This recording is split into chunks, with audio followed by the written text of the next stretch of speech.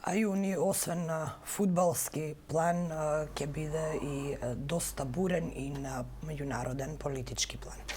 Дејан Андоновиќ со мене во студиото. Добро утро, Дејан. Добро утро. Пошто најавив бурен месец ќе биде ова на меѓународната политичка сцена, низ самити. Ајде ќе почнеме од она што денеска треба да се случи, тоа е самитот на Г7. Да, долго најавуван самит и овој месец ќе биде бурен и можеби ќе биде пресвртен ако земе во предвид календарот на средбите на глобално ниво на големите суперсили, значи не оние регионални и некои меѓу односи, туку буквално на најголемите денеска Г7 групата каде што членуваат економски најразвиените држави без Русија. Ќе потсетам беа Г8 до пред некоја година, но поради зголемените тензии и недоразбирањата на дипломатски на воен план во светот, Русија е тргната од оваа група. Тука членуваат САД, Велика Британија, Франција, Италија, Јапонија, Канада, Германија, и тие денеска имаат во Британија прават состанок, самитон и редовен, каде што треба да ги разгледуваат идните чекори, што најразвиените држави ќе ги прават на сите можни нивоа на глобално ниво. Едно тоа и вакцините, едно тоа се и новите сајбер технологии или напади на што сме сведоци. На ова предходеше во текот на вчерашниот ден средба помеѓу Бајден и британскиот премиер Традиционална Борис средба Џонсон, каде што американскиот претседател ја почува својата европска турнеја токму во Британија. Врз основа на нивната традиција на односи, тие вчера со Борис Џонсон договорија проширување на Атлантската повелба, таа една традиционална Атлантска повелба меѓу Британија и Соединетите Американски држави, која ќе опфаќа и нови рубрики во светот. Значи, повторно ќе кажам, во Атлантската повелба не беа опфатени вакцините, бидејќи ова е нова работа, не беа опфатени новите сајбер технологии, новите случувања, така да Британија и Соединетите Американски практично држави ревитализирана Атлантска повелба. токму така, но и унапредување на нивните меѓусебни релации, бидејќи Лондон и Вашингтон имаат посебни врски во сите можни рамки. Дејан, што се очекува, имено и нашиот премиер вчера беше во Франција, во Париз, на средба со Макрон, и оттаму порачува, она што го порачува за нашата држава е дека ова ќе биде жежок месец за нас, секако и за Албанија, бидејќи одиме во пакет кога ни евроинтегративниот пад во прашање. Што се очекува до крајот на овој месец од сите овие политички средби на највисоко ниво? Секако нема да ја заборавиме и зборувавме и минатиот пат средбата на Бајден и на Путин. Што се ова ќе значи во глобалната политика? Бајден доаѓа прв пат откако е претседател во посета на надвор од границите на САД. Идејата на Бајден не се толку потпишувањето на тие договори. Таа иницијатива ќе туркаат. Вашингтон има континуитет во политиката.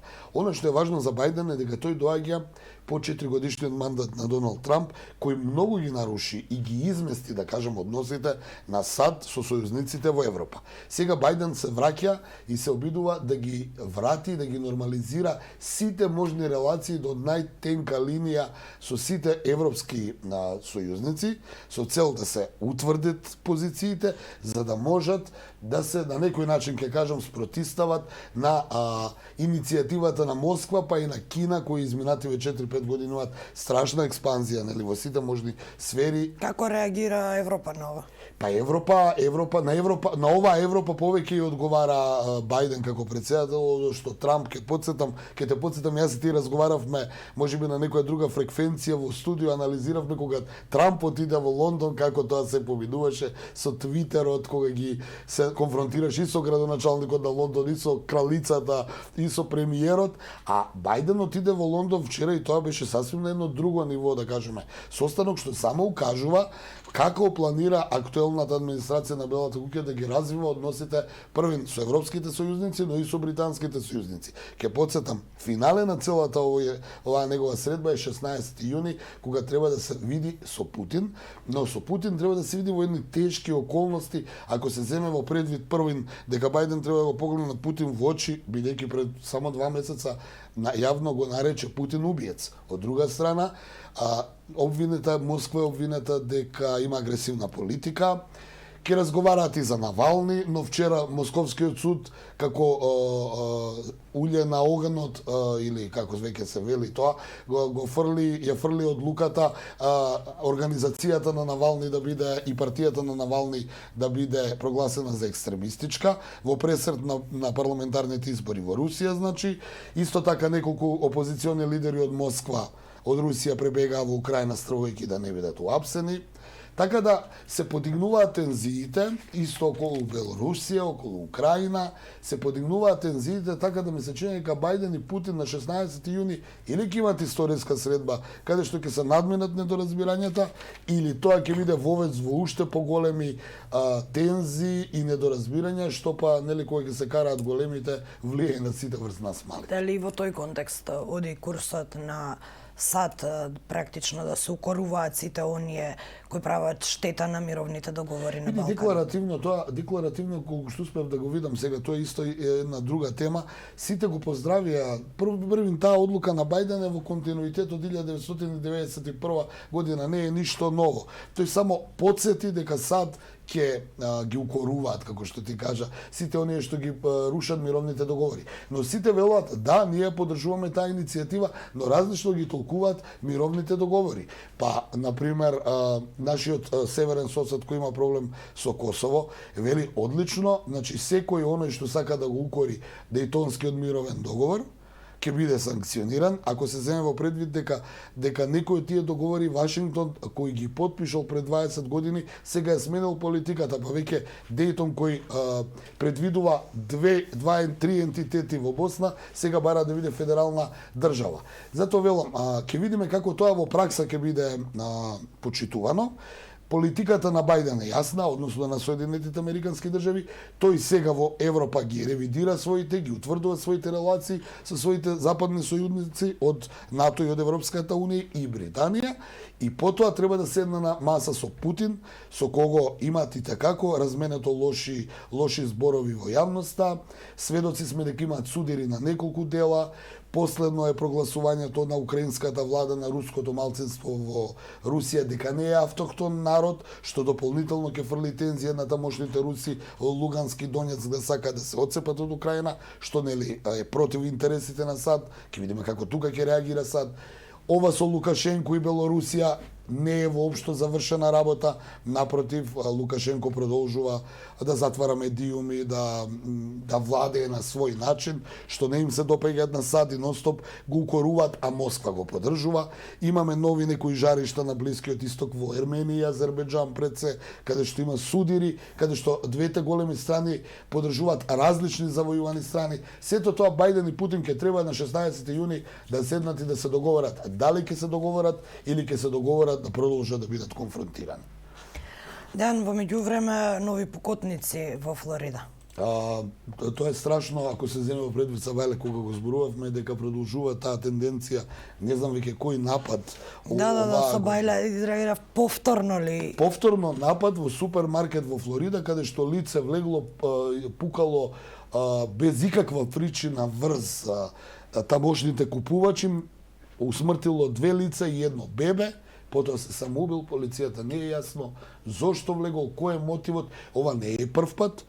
Ние зборувавме дека ми се чини дека 20 случаи од март годинава е каде што на различни локации низ САД лица влегуваат, пукаат без никаква причина, не е терористички напад, не е одмазда, не е едноставно од чиста мира и Што потоа се велат самоубил. сите оние полициски извештаи? Извештаите велат дека треба да се ревидира дивниот закон за користење и поседување на Да, но оружје. тоа го слушаме постојано, тоа Бајден не е како да е конкретна причина, самиот закон за сите овие низа напади за кои што Ние бевме разговараме. сведоци како американскиот председател кој е централна фигура во светски размери на моќ решава некои глобални теми, но оваа локална, би рекол, внатрешна тема не успева да ја реши, бидејќи имаше иницијатива, тој самиот ја најавуваше дека ќе дојде до поголема контрола кој користи оружје, кој не користи оружје, ќе се засилат нивниот либерален систем на добивање и купување на оружје и автоматско и обично, а од друга страна бевме сведоци дека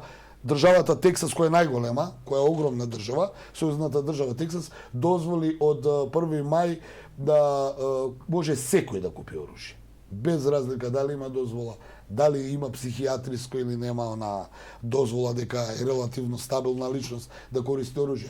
Така да оваа Да, но тоа тенденција не е многу добро прифатено од голем дел од сојузните држави. па не е добро Од прифатено. она што можам да го прочитам во нивните Да те медиуми. подсетам, Тексас е нешто огромно. Нив не име ни веројатно и многу не име гале што мисли некој Балтимор или некоја мала држава Охајо или сега веќе не знам што. Сакам да кажам дека имаат системски проблем секојдневни пукотници. Ќе подсетам вчера имаше исто пукотница врз стражата на една авиобаза во Тексас, значи врз војската на САД, каде што две лица дошле со кола, пукале врз војниците и избегале у непознат правец. Нити било терористички напад, едноставно како еден систем на лабилно, психичка и лабилна забава. Практично еден домино ефект. Да, веројатно последица, сметаат дека е последица и од пандемијата, психичките тие, да кажеме, последици на затвореност. Исто така и можеби оние последици од војната, ќе подсетам во Соединетите Американски држави, многу од лицата кои учествувале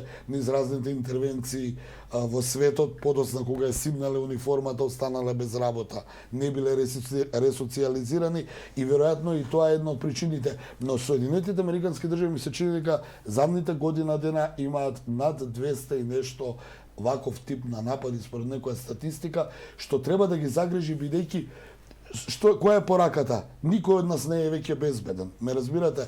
Одете во продавница и некој влезе и направи А во така. меѓувреме во САД спортските надпревари се играат со повеќе публика Да. отколку во останатиот дел од светот.